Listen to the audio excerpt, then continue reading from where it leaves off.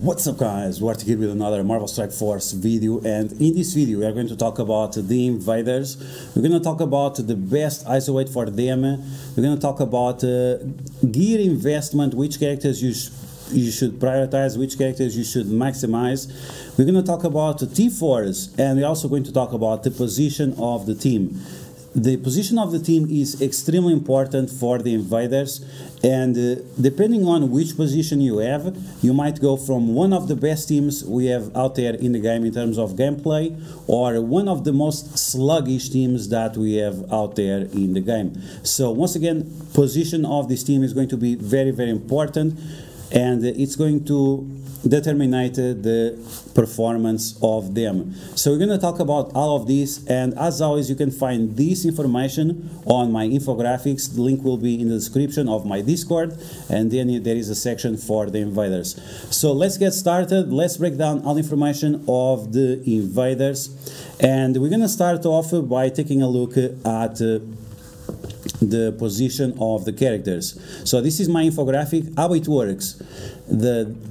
Here we have ISO weight recommendations, here we have red star recommendations, then we have the T4 recommendations, and it's divided by game modes. So if they are orange, it's all game modes; if they are green, it's only for raids, purple, Cosmic Crucible, red, Alliance Wars. Going down, we have the position of the raids, and then we have the best game modes for this team. So let's talk about the position of the characters and why is it so important. So Nick Fury on his basic, he gives energy to characters adjacent to him, but only for one character. So you want to make sure that Nick Fury is next to Captain America. That's how we call Captain America World War II, to simplify. And that will allow Captain America to give more energy to all allies with his special and also with his ultimate. So it's going to be very, very important that Nick Fury is providing this additional energy to Captain America. The Nick Fury energy activates not only on his basic, but also on his assist and also on his counter, and he gets counters from the minions that he summons, from the operators. So it's going to be extremely important that all this energy is flowing in the direction of Captain America, because once again, if you don't use this position, the team is going to feel completely sluggish. Then we have Iron Fist. I have him in the middle because he's the character with the most health, so he might be the one with the highest survivability in terms of health, the character that can withstand the more damage in the face. Then we have Union Jack, and I put him there on the position number 4 from the left to the right because he can give himself evades, and also because he is going to get stealth. So he can stop chain attacks, and he can also have some additional survivability, which Bucky Barnes cannot. Bucky Barnes is fast, he is furious, but he does not have a lot of survivability. So let's keep him and Nick Fury in the corner just to make sure that they take the least amount of splash damage. Okay, so that's the position of the characters. Once again, Nick Fury next to Captain America is literally the most important thing that we have to do on this team. Otherwise, the team is going to feel 100% sluggish. We have seen footage from the envoys on the test server, and the team felt like trash because they are using wrong position and also wrong ISO weight. Speaking of ISO weight, let's talk about the ISO weight of each of these characters, and depending on which ISO weight you are using, it might also change the opinion in some of the T4s. But once again, the most important thing is to have Nick Fury as a raider. So if you are new to my infographics, on the left side we have the ISO weight suggestions, maybe for new players, which I still don't recommend. I really want to get rid of this one, but people always say that, oh, what should I use as a new player? That's what you have on the left side. On the right side is like the final ISO weight decision that you should use as an end game player. But in most cases, it's also the same. It's also the best ISO weight position anyway. So for Captain America, we are going to use him as a skirmisher. We want to increase the amount of focus he has. So whenever he assists, he can apply slow to the enemies. But also on his ultimate, we can also apply offense down to the enemies for 2 turns. This ability is very, very massive and is going to decrease the damage output of the enemies by 50%. In terms of Iron Fist, if I remember correctly, he applies a stun or ability block or something, so it's going to be nice also to increase his focus with eyes away to skirmisher. You could also use him as a healer, and healer is probably the best option in case you are like trying to sim the raids. But overall, I'm not sure if it's like super important because the team has enough tools to not require this additional healing. Then, and once again, we have Nick Fury as a raider. Once again, one of the most important things about this team, if you don't want your team to feel sluggish, make sure you have your Nick Fury as a raider and make sure you have him next to Kraken America. Finally, we have Union Jack and Bucky Barnes as strikers. It's not super important that you have them as strikers. You could have them as raiders. That would be fine. The reason why we have Union Jack as a striker is because he is able to flip more positive effects on the enemies. Right now this is not something super important, so it's something that we might change in the future. Overall, like raider or striker, it doesn't really matter on a specific situation. You are just getting some additional value as a striker, and that's it. And with Bucky Barnes is the same thing. He does piercing damage. He also applies bleeds. Bleeds, they increase in terms of damage if you have the character as a striker, so this might be some additional value that you get out of the striker eyes away, but overall the amount of benefits you get is like 10-15% over the raider, so it might not even be relevant enough. Okay, so that was the eyes away suggestions. Now in terms of gear investment on these characters, this is a raid team, and from the experience we have on Marvel Strike Force is that the raid teams, they're only available or they're only relevant for 1 year. So taking on any of these characters from 4 red stars to 5 red stars or from 5 red stars to 6 red stars is usually unnecessary. You should never spend like gold promotion credits on your raid characters because they get outdated so fast, and this is going to be the case for this team. If you have these characters at 3 stars, 4 red stars or 5 red stars, that's fine. You don't have to spend any more beyond that. Make sure you use your silver promotion credits. If you got like one character at 4 stars, that's it, that's fine. You can ignore, use your your silver promotion credits and you're going to be fine. Once again, don't take any raid character to gold promotion credits. It's a waste because the team will get outdated anyway, and you might not be using that character in the future. In terms of which characters you should prioritize in gear, I would say that Nick Fury is probably the best character to invest in. Unfortunately, it's the most expensive, but not only you are getting Nick Fury, you are also getting the minions, and the minions from Nick Fury right now are so strong that I would say that he deserves some additional gear just because of that. So if you are thinking about taking Nick Fury to teal gear or something like that, I think that would be fine. He also is the character that gets most usefulness in other game modes, as you can see right here. He has a lot of use in multiple game modes and the other characters not as much, and that's also going to influence which characters you should invest more gear in. Most of the other characters, they are just useful in raids and in blitz, and that's just it, and that's why you should prioritize Nick Fury. Now if you're looking to invest on any of these characters to gear to 16, 17 or something like that because of some event that is going on, then Kraken America is going to be the best option because he's one of the cheapest options. That's not a it's not a good decision long term, so keep that in mind. Nick Fury is definitely the best character to invest in terms of big gear. Okay, so with all that said, now let's take a look at the T4s and why some of these T4s also influence the eyes away decisions that we make. Okay, so let's get started. Let's take a look at Captain America World War II, and the basic T4 is not that important. He gets the assist guaranteed from Bucky Barnes.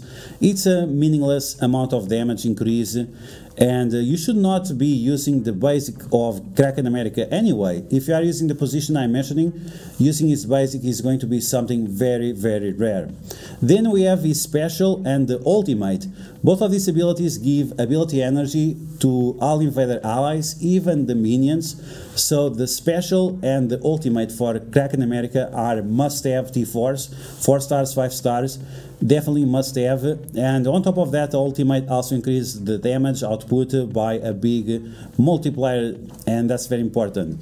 Now, in terms of the passive I think it's a bait T4 for Kraken America, because it stops the enemies from summon or cloning. This is going to affect Mr. Sinister, this is going to affect Loki, this is going to affect Doctor Doom and multiple men, but this is a problem that we have in this raid right now on Doom 3.5. On the next raid, we might not have any summoners, and then this T4 is going to be 100% garbage, so it's definitely a T4 that I'm skipping right now until we see the next team, and then if the next team has a lot of summoners, then yeah, we have to do this T4 for sure.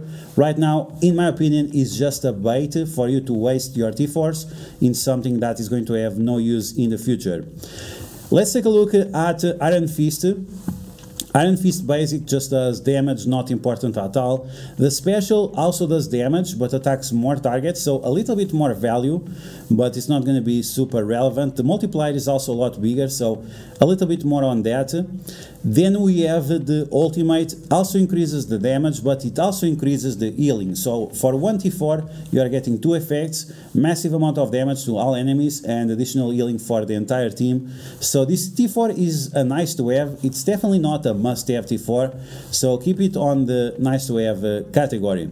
Finally, we have the passive of Iron Fist, and this one is a must-have in raids. In raids, this is a must-have T4. You spawn with 2 turns of immunity, and you also get 40% more armor, so that's going to be so good. Reducing the damage, reducing the chance of negative effects, definitely a must-have T4 for Iron Fist in raids.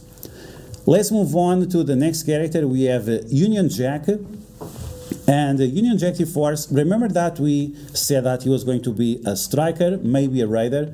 If you're using him as a striker, the T4 basic will have more value because you can flip positive effects on the enemies. Let's be honest, right now there are not a lot of positive effects that you can flip or that you should flip, so this is why the striker and raider, it doesn't really matter, because it doesn't have overall good value. But maybe in the future we are facing like Colossus or characters like that, and we will require to flip multiple positive effects. So maybe in the future this will have more value, but right now, today, the basic has no value on doing the T4. In terms of the special, applies offense down from 1 turn to 2 turns, but it's only for 1 target.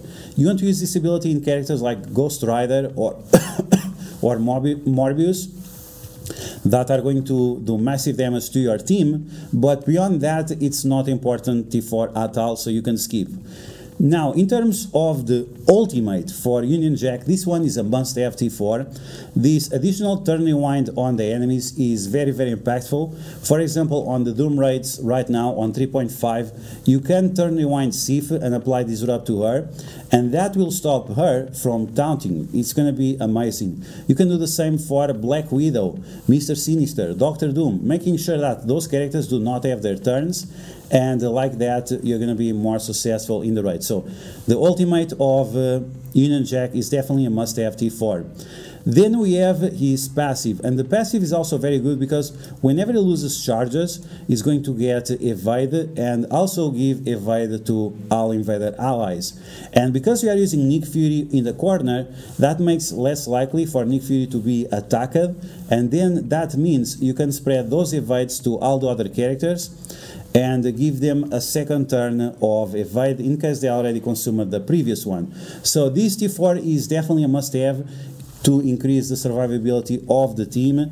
Right now, in terms of damage output of the enemies, the invaders makes a huge difference, but it's still another safeguard that you can have to protect your team. Okay, let's take a look at the last characters, and before we take a look at Nick Fury, let's take a look at Bucky Barnes. So Bucky Barnes is the other damage output of the team. He can extend ability block, stun and trauma in raids only, so these attacks can prolong ability block, stun and trauma in raids, but we don't have any characters applying trauma, so I'm not exactly sure what's the purpose of these, because yeah, literally no one in the team applies trauma, And I don't remember any skill character that applies trauma to the enemies right now. So maybe this is something useful in the future, or maybe this team is going to have a minor rework before the next raids show up. But when you do the basic on the when you do the T4 on the basic, you are only increasing the damage by a little bit. He also does a chain attack, but the multiplier is not the best. It's also not piercing damage, so it's a okay T4 if you have him as a striker. If you don't have him as a striker, not exactly sure if it's the best option, and I would skip the basic. Then we have the special, and the special gives offense up to all invader allies. Nick Fury also gives offense up to all invader allies, but because Bucky is the fastest character on the team without speed up, so he's going second after Nick Fury, he can provide offense up to all allies before Nick Fury does. So that's going to increase the damage output from Union Jack, from Kraken America, and also from Kraken Fist. So it's a decent T4. It's not amazing because Nick Fury is going to give offense up after. It's not super relevant. You're also attacking only one target with this T4, so overall the damage output is not that great. The utility is not that impactful as well. So this is another T4 that I would skip on Bucky Barnes. Then we have his ultimate. The ultimate is fine. It does piercing damage, so it has a little bit more value. It also applies bleeds, so the higher the T4, the better, because the bleeds will do more damage. But once again, it's not a game-changing T4 by any means. It helps a little bit more than the basic and the special, but it's not like significant enough to be relevant. Finally, we have the passive, and the passive I think is a very important T4, because as soon as you drop the 8 charges, Bucky Barnes is going to get 50% more speed bar, so that will allow him to be more faster, that will allow him to attack more times, plus all the additional extra energy that Kraken America is giving to the entire team. So you're going to be able to use the ultimate and special more often, and that's very nice. Is it game changing? Probably not. It's okay T4. It's better than the other ones, but once again, it's not a game changer. Finally, we're going to take a look at Nick Fury, and the Nick Fury T4s. Basic you can skip, it doesn't influence the energy generation. The special increases the healing a little bit. It's not super important when you have the full team with the Iron Fist as well. Then we have the ultimate. In my opinion, the ultimate is a must-have T4 because it guarantees that you summon 3 minions rather than just 2. This is very, very impactful. And depending on which minions you get, more operatives or more securities, you might have a different experience, but overall, in my opinion, the ultimate of Nick Fury is a must-have T4. Then we also have must-have T4 on the passive of Nick Fury, because you get additional chance of getting speed up on the minions and also on other allies, and on top of that you also have increased chance to apply assist to allies. Very, very important. And it's going to trigger a bunch of other abilities, more energy from himself as well, Captain America applying slow, and all those other effects that we have seen throughout this video. Okay, so those are all the T4s that you see right here. So once again, additional energy. Here we have the additional armor and the immunity, extra minions, extra assist chance and speed up. Then we have extra turn rewind and also the evades. And finally we have the extra turn meter for this guy and additional piercing damage and bleed. So those are the T4s that I recommend for this team. In terms of game modes, we already went through this quickly before, but once again, this is going to be mostly blitz and raids. Beyond that, this team is not that great. Arena, definitely not. Nick Fury gets a little bit of value in Arena, depending on the setup. Then we have Dark Dimension. Nick Fury is great for Dark Dimension, especially with the minions now. The other characters not so much, because they are so dependent on Nick Fury. In Alliance Wars, Nick Fury is 5 stars, one of the best characters you can use, because you can pair him up with so many other teams. Same goes for Avengers Tower, same goes for Cosmic Crucible, but unfortunately, the other characters are all depending on having Nick Fury on the team. And that's it, guys. That's all the information that you need to know for the Invaders. Once again, you can find this infographic and others like these on my Discord. Link will be in the description on the video. And that's all the information I have for you for the Invaders. So I hope you guys enjoyed. If you did, make sure you smash that like button. And if you found the video helpful, make sure you share it with your friends on Facebook and Discord. If you're new to my channel, make sure you subscribe for more Marvel Strike Force content. And I'll catch you guys later.